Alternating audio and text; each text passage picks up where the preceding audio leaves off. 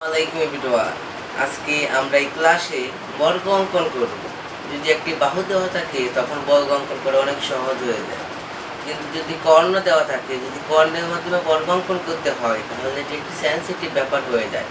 আজকে আমরা খুব সহজেই কর্ণের মাধ্যমে একটি বর্গ অঙ্কন করব। তাহলে এখন বর্গ অঙ্কন করা যাক।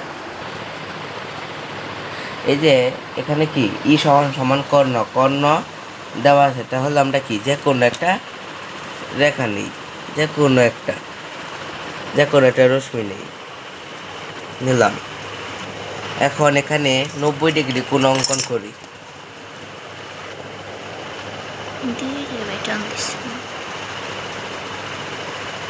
এখানে 90 ডিগ্রি কোণ অঙ্কন করি।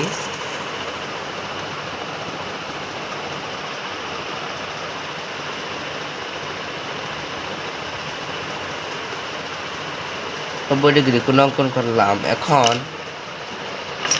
এখানে কাটা কম্পাস ঘুরিয়ে দিই, কাটা কম্পাসের মাধ্যমে এখানে একটু অঙ্কন করি।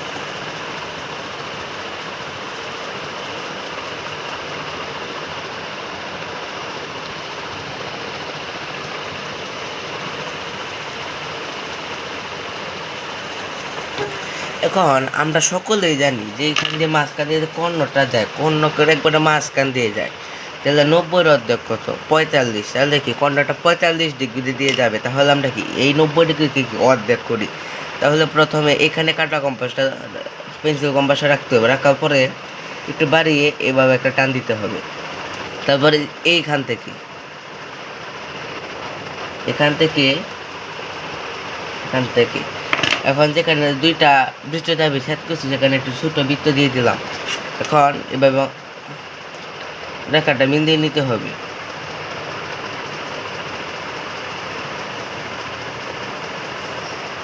মিলিয়ে নিলাম। তারপরে এটা যেহেতু কর্ণ, যেহেতু আমার কর্ণ দেওয়া, এটা যেহেতু কর্ণ দেওয়া আছে, সেহেতু আমার এখান থেকে এই কর্ণের মাপটা কি নিতে হবে। তাহলে কি এখান থেকেই কর্ণের মাপটি নেই, যে নিলাম। এই যে এখানে কর্ণের মাপটা আসছে। এখন এটা ডি বিন্দু।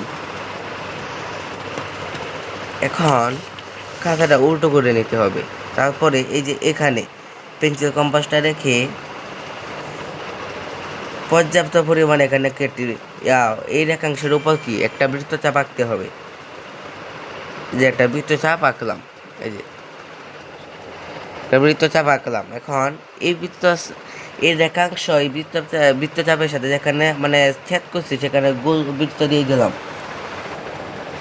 এখন এই বৃত্তচাপকে সমান দুই ভাগে বিভক্ত করতে হবে। তাহলে এই যে এই বিন্দুতে একটু অর্ধেকের বেশি নিয়ে এখানে একটা অর্ধেকের বেশি নিয়ে এখানে একটা টান দিতে হবে।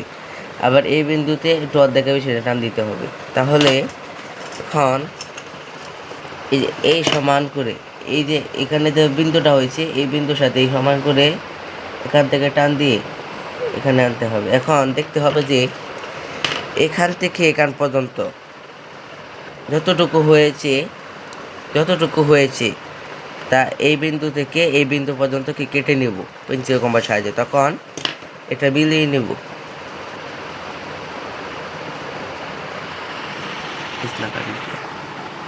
তাহলে এখন এখানে এটা কি এ, এটা বি, এটা সি, এটা ডি, আর এটা হলো কি ই, এটা হলো এফ, আর এটা হলো কি জি, আর এটা কি ই কর্ণ। এখন এটা বর্ণনা দেই। যে কোনো রশ্মি হতে বিই থেকে বিসি সমান সমান কি এ কেটে নেই, আর এটা বি এফ থেকে বি আর সমান সমান কি বি কেটে নেই। বি বিন্দুতে লম্ব অঙ্কন করি, লম্বকে সমান সমদ্বিখণ্ডে ভাগ করি। তারপর এখান দিয়ে কি বি যে একটা রেখাংশ আঁকি। এই রেখাংশ 6 সেন্টিমিটার জায়গায় কাটি। তারপর 6 সেন্টিমিটার থেকে বিই রেখাংশের উপর একটি বৃত্তচাপ আঁকি। বৃত্তচাপকে সমান দুই ভাগে বিভক্ত করি। তারপর এই রেখাটি অঙ্কন করি। তারপর এই ডিসি এর সমান ব্যাসার্ধ নিয়ে এ বি কাটি, এ ও ডি যোগ করি। তাহলেই এ বি সি ডি উদ্দিষ্ট বর্গ। ধন্যবাদ।